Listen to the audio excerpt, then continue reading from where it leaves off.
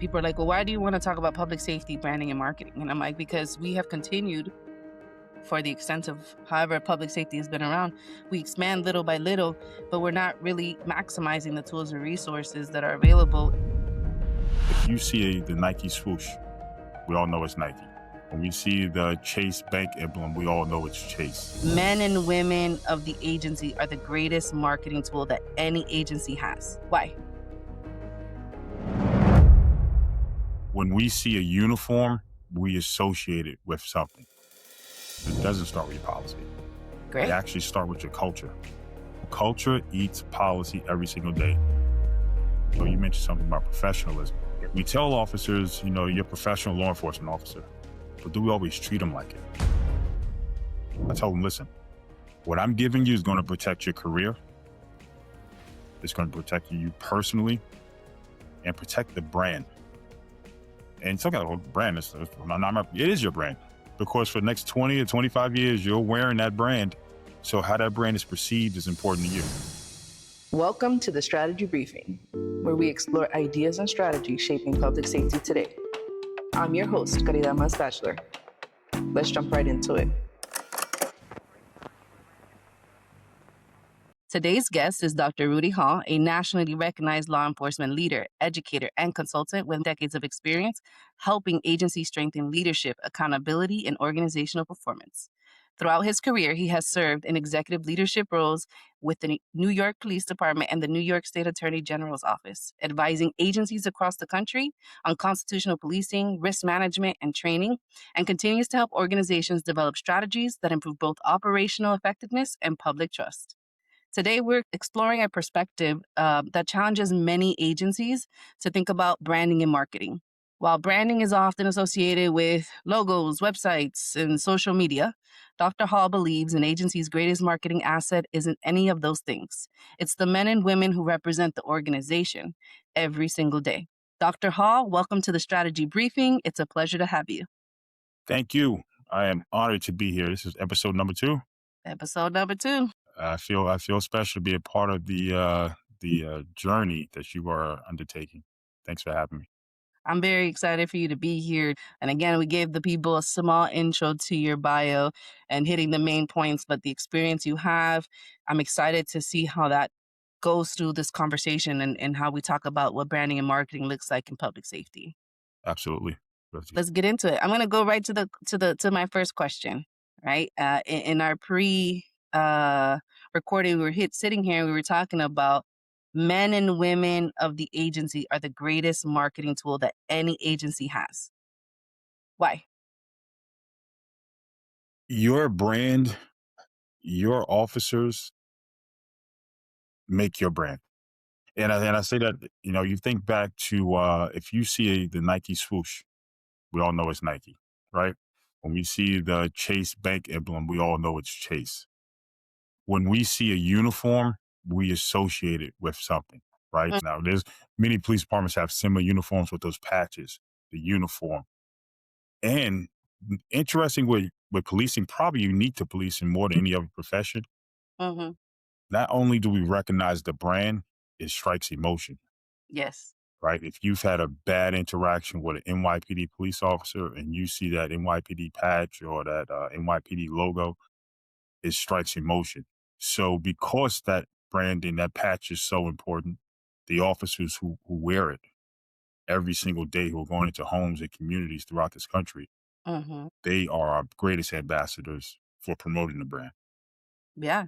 No, I couldn't agree with you more, right? When we think about how the officers show up to a scene, how the officers respond, in a time of need, that is the most pivotal representation of what the agency stands for.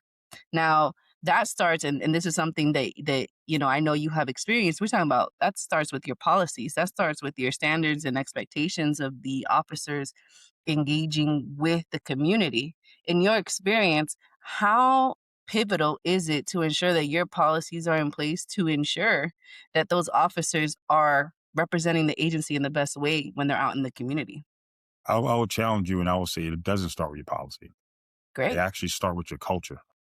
Thank you. That's Your what I wanted culture you will to say. eat up. Culture eats policy every single day. I wish I could say I'm the first one that came up with that. I'm not. It's been said numerous times before, but it Yes. still rings true. Culture eats policy because whatever you say in policy, that's what's on paper. But what Mhm. officers actually doing? Because I'm sure Yeah. every policy, the mission statement, the objective is pretty much similar across law enforcement, right? Um, you can tell, perfect example, body cameras. If your policy states you must turn on your body camera when interacting with a member of the public in any kind of law enforcement capacity. But if you're one of my officers and you don't turn on your camera and I'm your supervisor, I'm like, Caridad, don't worry about it this time. Just do it next time. Mhm. So I didn't hold you accountable. There was no discipline, whether formal or informal. That's the culture.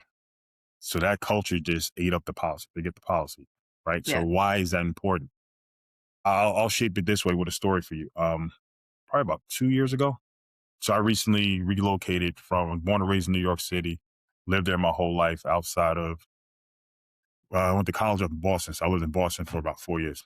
And when I moved down to Florida, probably, I don't know, like 4 years ago now, maybe a little more. And I went to a friend of mine was part of FOP Lodge near where I live. And he's like, "Oh, no, after the meeting's over, have a couple beers, come over, you meet some of the guys." All right. So I went over there. I met a couple of the guys and they started telling stories, the war stories. And one of the stories they told, I'm thinking to myself, these guys, that's like a criminal act. Now, granted, this happened back in the 80s, but I shared this story with you because I told my friend, "All right, buddy, good seeing you. Nice meeting you guys. I'm out of here." I'm not talking to these guys. But they shaped a representation for me. I had no other interaction. Mhm. Now, since that time, I've had other interactions with people who work there currently and who recently retired. But at the time, I really had no other interaction. Mhm. They shaped the brand for me with their stories and the bad behavior that they were engaged in, 30, 40 years ago. So those officers, your representation, beyond everything else, you can grow whatever you want in policy, but your officers, their representation, when they go out in the community, will establish the brand, whether it's good or bad. And just let me give you one other thing, and this is important for young officers to think about. Mhm. We all have bad days, right? We all have days you had to fight with your spouse or your kids, a pain in the ass, or something health wise going on with family, whatever it is. But when you deal with the public day in and day out, they don't know that. So when you walk into a 7-Eleven and someone says, "Good morning, officer," and you don't respond, or you have an attitude, or you don't smile, Yeah. that sticks with that person, Mhm. right? And so there's studies that show it takes, for every bad interaction with someone, it can take anywhere between 3 to 7 positive interactions to forget To about make that one bad. Average exactly. person doesn't get stopped by the police 7 times, right? Now, there's some people, depending on what you're doing and where you Mhm. live at, possibly, but the average person doesn't. So one bad interaction with an officer can last for generations, right? That story gets passed on to family members and friends, and then they absorb that interaction as if it was their own. For sure. I mean, every interaction either reinforces or weakens like what the agency stands for.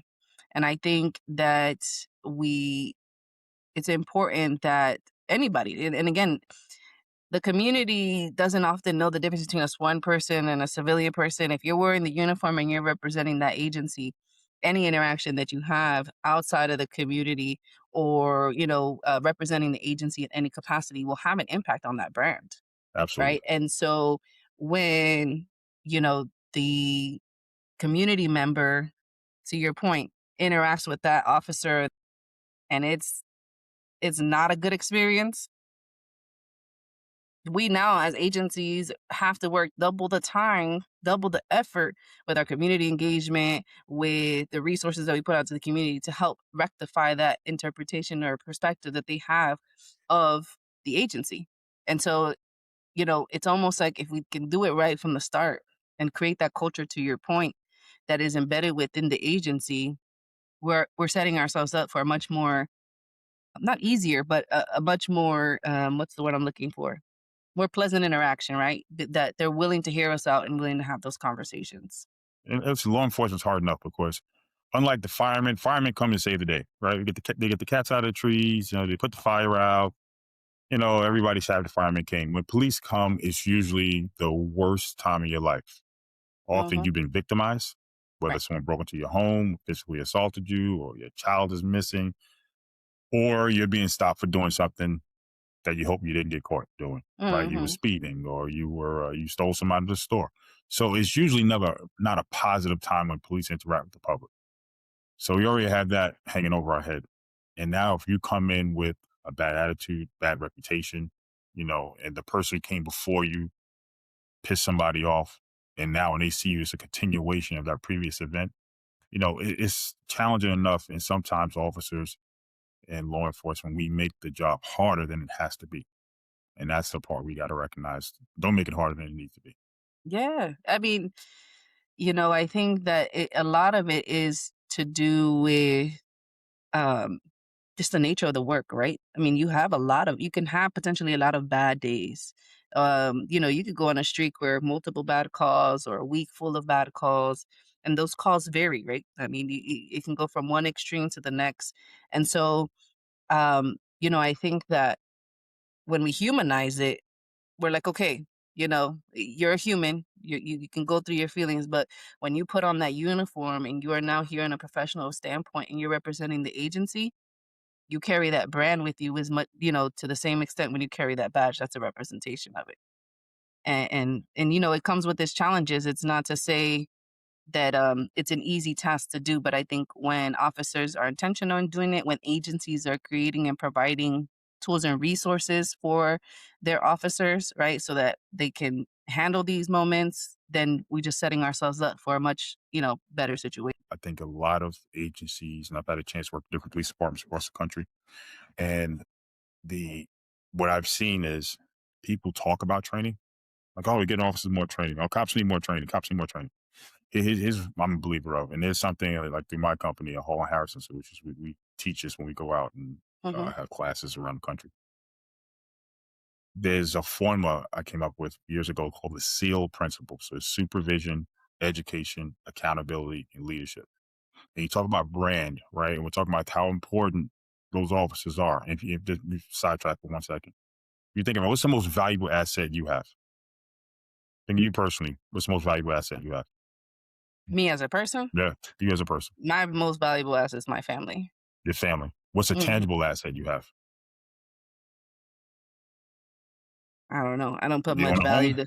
You I own a have a home, home? a roof You have over a my home. head. Yes, All right. yes, So it's I'm a home. assuming that your home is probably the most valuable asset, physical asset, Uh-huh. not your Uh-huh. kids and husband, Uh-huh. wife, whatever. You can't account for that, but Uh-huh. so a house, right? So if you own a house as a valuable asset, most people would put money into the house, right? You're gonna fix your roof. You're gonna make sure if the sidewalks crack, you're gonna repair it. You put Right. money into that asset. In law enforcement, you'll see that a lot of times we don't put money into our most valuable asset, our officers, Mhm. right? And you mentioned something. I bring this up because look, 5 minutes ago you mentioned something about professionalism. We tell officers, you're a professional law enforcement officer, but do we always treat them like it? Mm. If you were a lawyer, you have to get a certain amount of continuing, was it CLE, right? Continuing Continue legal education education. Mhm. every year. Not every agency does that. We don't prioritize how we train and how we educate officers. And I continue to say educate because training is important, right? I need to teach you to train you to do a certain task, but we also need to educate officers. And this is where sometimes where we see officers fail because they're not educated on how to handle situations. So we train officers how to handle a felony car stop. But do we educate officers? Well, how do you handle a car stop where there's a mom with 2 kids in the back? She was speeding. She's upset because one of the kids just spilled something all over the brand new car, and the other one's crying. And you walk up to her car and you're asking for a license registration, and she's being combative. How do you handle that situation? And the reality is, every situation officer goes into, we can't train specifically for each and every one of them. Mhm. But if we start to educate to understand human behavior, educate how to communicate, educate to identify objectives and goals and how to reach those objectives and end the encounter and not get hooked into, a debate or argument. Mhm. That's promoting the brand because now officers are like, this agency is invested in me. And because they're invested in me, and I'm invested in them. And now, Mhm. so that patch is more than just what's on my uniform. Now that patch is what I believe in because they believe in me. And we need to have more. And I'm happy to hear you mentioned something earlier too about bringing in outside folks. Mhm. NYPD, majority of training we got was internal. Mm. Occasionally, you have somebody from the outside. Right. It's important they listen for large agencies. Like listen to smaller agencies. Who are they talking to? Who are they bringing in from the outside? Because it's good to hear different voices, Mhm. different perspectives, not just the one who are in the same vacuum and bubble that you're in. Yeah. Yeah, and that's a great point to bring up, right? If we're just all kind of washing, rinse, and repeat the same kind of mindset approach, then we can't possibly improve or exceed to what we're doing. We rather stay kind of stagnant to where we're at, and this is forever changing, forever growing. There are always new approaches and techniques to doing the job, and oftentimes it's when we bring in those external partners or external resources they'll shake it up a little bit and say, "Oh, we can do it that way," right? And so for me, when I think about this podcast and this conversation, right, and people are like, "Well, why do you want to talk about public safety, branding, and marketing?" And I'm like, "Because we have continued for the extent of however public safety has been around, we expand little by little, but we're not really maximizing the tools and resources that are available in marketing and in branding because, as I said before, many a times we feel like we can't have those conversations, right? We don't. We don't do that, but we have to. And more importantly, we're already doing it. It's just that agencies don't want to put that label to it. And why not? Why not look at it from that lens and say, how can we use those tools and techniques to amplify our message to get our goals and objectives met as an agency that serves this community? And I know one of the things for me as I was doing my research on you preparing for the call that I was very excited about is in the very long bio that you have, one of the first degrees you got was actually a bachelor's in marketing. And so I know for me, my immediate thought was, man, I wonder how, if at all, having that degree impacted your perspective of how you kind of approach different things throughout your career. Yeah, so it's funny. Rarely do I ever talk about my bachelor's degree in marketing. um, it was a long time ago when I got my bachelor's degree, but I would say Yeah. so. At that time, social media wasn't a thing, right? The internet was in its infant stages, Yeah. showing age now. But one of the things I have learned from obtaining that degree that I've used in law enforcement in my active duty days to now is Uh-huh. understanding people, right? When you understand people, so marketing, you're looking at getting people's attention. So I'm doing an ad for 30 seconds. I need to capture their attention for 30 seconds. How would I do it? Well, songs, right? The catchy song. I'm a big fan of the commercial. There's a progressive, I think, and it's like how you when you start to become like your parents, Yeah. and people buy a new house, and then they start, the Yep. guys working in the street, you look and see what they're doing. Yeah. Yeah. I love those commercials. Every once in a while, I'm like, oh shoot, I do that. And my It's dad used to do relatable. that, and I do that too, Yeah. right? So it's it catches my attention every time one comes on. Like I didn't see this one yet. Yep. Songs, imagery, right? If whatever it is that captures that person's attention. So for those 30 seconds, you got to make it count. And so you think about law enforcement. Now we have people's attention. Sometimes we can forcibly capture their attention, Mm-hmm. but more importantly, the situations where we have that 30-second, that 30-minute engagement with Mm-hmm. someone we're talking to, whether they're a witness or whoever else it is. How do we navigate that to make sure we are marketing the brand in the best way possible?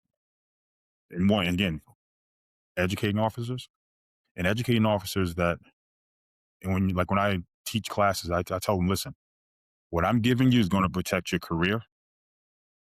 It's going to protect you personally and protect the brand. And some kind of brand it is your brand because for the next 20 or 25 years, you're wearing that brand. So how that brand is perceived is important to you. And then when they start to think, well, when you leave this job, you want to go work somewhere else, and they recognize the brand and like, oh, Mm-hmm. you work there. Oh, okay. Well, I always had heard good things about that agency. It makes a difference. I think young officers sometimes are so far down the road they don't think about when they leave and when their next career life after their job is. But it matters, what you do while you're there. Like if you Mm-hmm. work for Nike for 20 years and you want to go work for Adidas, oh, this guy was at Nike. Hey, he's got experience because of the brand, right? So law enforcement is a very unique space that we Mm-hmm. operate in, but some of the fundamental rules of marketing still apply, right? So those we're just thinking about it. Instead of 30-second ad, We're thinking about like these 5, 10, 15-minute engagements with folks in. Yeah, and it's happening all the time. So and the way I see it is we have the upper hand. You have so many more opportunities to engage with the communities that you serve than some of these brands do. And at a at no cost, I should say, right? Like these companies, these Fortune 500 companies, they're spending a lot of money in marketing to get their name and their brand out there, and the officers are engaging with the community again, sometimes in their worst moments, and sometimes, and then you have the other side where they're engaging with them in the community through, the NRUs or community bureaus, right, that exist within different agencies. Those are multiple times in a day. And with if you think about like large agencies, even small agencies, that's repeated interaction that the community have with the officers that they're engaging with. And why not? Through education, through getting them prepared to know how to interact with the community, set them up for success. Because ultimately that can make their job easier, right? I know, like, I've talked to different people, retired and active, and they're like, it's through the relationships I've built with the community that could solve a case, Absolutely. right? It's the trust that they have in me when they see my uniform and they see me coming up to them and inquiring about a case that they're willing to interact with me. But that's due to repeated efforts made in the past, interaction and engaging with the community to build that. Right? And so I think when we look at it that way, we have an opportunity here to really shape not only how the community sees our individual agencies within our community, but law enforcement overall. Hmm. Absolutely. It's interesting you say that because I brought this up recently in a conversation, and one of the things I'm curious about is the modern day is at detectives, right? Hmm. Investigators and detectives. My dad was a homicide detective, so he came on the job in NYPD in 1966, and he retired in 96. Hmm. I came on right after, a little bit after he retired, and there were no computers. We had some computers, I take that back. It was computers, but when you process an arrest, you did your paperwork on a typewriter, right? So I tell this story because the technology has grown so much with cameras and body cameras and this cell phones and everything else. I almost feel like the communication piece for young officers and young investigators, young detectives has fallen off a cliff. So 30 years ago, to solve a case, you had to have those relationships in the community, right? You had to be able to go talk to somebody. They could tell you, hey, listen, you didn't hear from me, but it was so and so was involved in that robbery last night. But now a cop's sitting on the computer in the office and they're looking at cameras and they can close out a whole case without even talking to someone sometimes, in some cases, Hmm. right? So because of that, I think we're losing that face-to-face communication, that ability to interact with people, build relationships. Some departments have actually undertaken policy where officers are required to get out of the car, whether I forget, it depends on the agency, how Hmm. much time they spend. They get out of their cars and actually interact with members of the public. Hmm. And it's a shame that you have to mandate someone to do that, Right. but nonetheless, is hopefully they're doing it. And it's Hmm. important because you're actually getting out of that car and you're socializing with people outside of an enforcement capacity, right? So when someone sees you get out and they see what? The uniform. First thing they Hmm. see, before they Yep. know it's Officer Batchelor, they see the uniform. And once they see the uniform, again, it strikes emotion, whether it's good or bad. Hmm. And now that interaction can enhance a good emotion or change a bad one, Yeah. right? But you have to have officers getting out and talking to people and interacting with the folks they serve.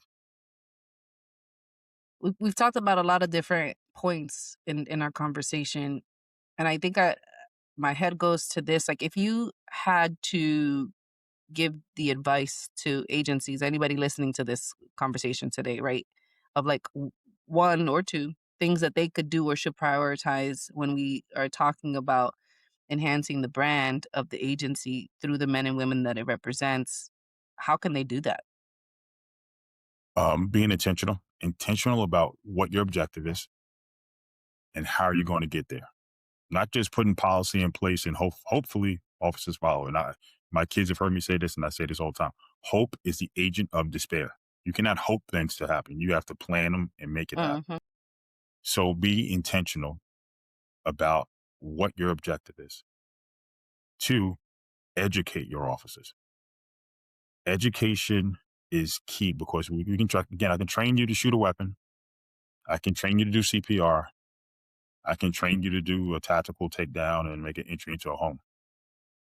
But I can't train you to do what to do when you're encountering someone just having a bad day. Might not be a Mhm. mental health crisis. Mhm. I can't train you for every situation. I need to educate you on interacting with folks and interacting with your fellow officers, right? Because it starts there. So interacting with your coworkers, supervisors, subordinates. That Mhm. education is so important because when you educate, we educate people not only to complete a task, but to think, that critical Mhm. thinking and Mhm. understanding. And then think about the profession you mentioned for professionalism, right? For a professional organization, to be a professional organization, you have to take steps like a professional organization. And we should look to like the private sector. In the private sector, what do they do? New CEO comes in, he hires an outside audit firm to come in. Hey, audit my company. Tell me what you think. And it's funny. I have a friend of mine who's actually somebody you know.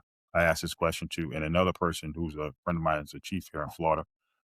And I said, do you guys, when you guys got your positions, would you have brought somebody else in from the outside to take a look at your organization? Say, hey, you may want to look at this. This is going to be a problem. This is a liability. And most folks, all the folks I've asked who are either active or retired, who are at executive levels, said, nah, I get it. Yeah, sounds great, but I wouldn't do it. And like, well, of course, I just got hired as the chief, so I should know everything in my organization. And if Mhm. I bring somebody else in, it's almost like I don't know what's going on. But in the business world, they don't think like that. Mm-mm. They think I'm smart enough to know I can't see everything. Let me get someone who's objective, who has fresh eyes to take a look at it and can tell me what I'm missing.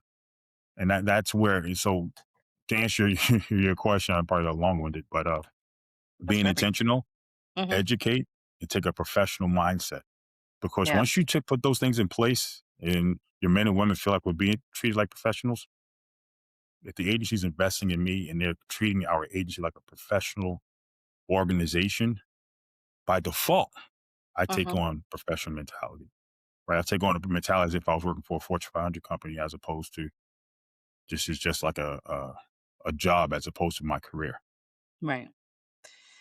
No, I agree. I think those are great points that are actionable, right? And Hmm. I think that that's the key point of being able to provide strategy or ideas, right? The whole purpose of this podcast that are actionable. Things that people could take back and say, "Am I being intentional?" Like when I think about what the objectives are of this agency, am I educating my everybody? Am I educating my staff, both sworn, civilian, or any representation of the agency? Am I educating them to have the skills and tools to represent the agency, aka the brand, in the way that I want it to be represented? I always say this, right? Like we can have expectations of you should be doing this, or it's written in policy that it should be this way, and then we don't do it, if we don't do anything to support that for our personnel within the agency and they fall short, how can we be upset by that? We need to be giving those tools and those techniques to them so that they can succeed and ultimately be a positive representation for the agency. And then I love the idea of thinking of public safety in that mindset or having it as part of the equation when we're looking at how to move forward as how Fortune 500s or for-profit organizations function. Because I think again we get boxed and this is how we do it. We've always done it and we're That's not going to ridiculous. ask This is questions. how we always done it. Ugh, Now, how many times you've heard that? no, no, yeah. I'm here to challenge that, and it's through conversations with people like you, and the insight that you have, and the experience that you bring to the table that I look forward to seeing how we can challenge people from sticking to, well, that's just how it was always done. But Um, you're on the path right now. I mean, the work you're doing in Miami, I think you guys are laying a foundation and a blueprint for others to follow. we wanted to be a standard, and a standard that can be an opportunity for others to realize the potential that they have in the work that they do. Um, Dr. Hall, I am super grateful for your time. I appreciate the conversation, the back and forth of how we can look at what branding and marketing looks like within a public safety agency, specifically when we think about the men and women that represent it. And I just want to take the time to thank you for, sitting down with me and being willing to engage in this conversation with me. It was absolutely my pleasure, and I hope to have you on my podcast one day because I think you are a fascinating young woman and you have a lot to offer, and I you're appreciate doing it. that. So I can't wait to see what else you do next. But I hope I can be a support system anytime you need. I And thank appreciate you that. again. Thank you so much, sir. I appreciate that. And we look forward to just seeing all the great things that you have going on. I know there's a lot of moving parts. I know you have a podcast. If you want to Yes, give a shout out and get people to go out there. absolutely. It's called the Risk Room, the Risk RISK Room on Yes. YouTube. You can find it. We release a new episode every Tuesday evening at 6 p.m. Wonderful. Yes, go and check out the podcast and see the work that Dr. Rudy Hall and his business partners are doing to continue the conversation around public safety. I appreciate it, sir. Thank you so much. Thank you. You have a wonderful night. You too. Take care.